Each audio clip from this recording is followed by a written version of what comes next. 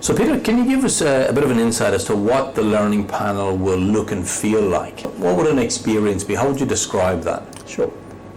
So for a typical participant in the learning panel, they're going to come along to a session with 11 of their colleagues. We'll typically run for around 3 hours. The majority of the session is really about creating an environment where we can have conversations about how our respective businesses are going, and that element is very much around accountability. We're going to essentially work on our businesses during the course of the session and make sure that we're actually making progress from session to session. That's an extremely important element of a learning panel that's not just a catch-up and a bit of a networking session. Fantastic. So there was two things that you mentioned in there, if we could maybe just pull apart a little bit. One, I heard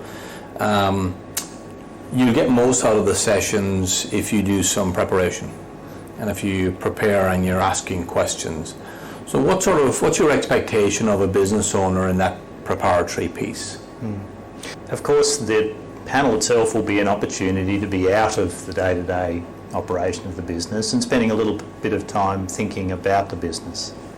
But if we just spend the time during the panel doing that work and getting our headspace out of day-to-day, then we're really not going to maximise the value of the time that we're going to spend together.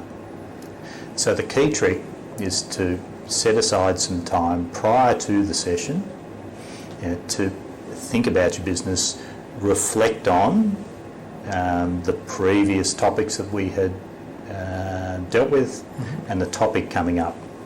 Previously, have a look back. You'll have set yourself some actions to undertake.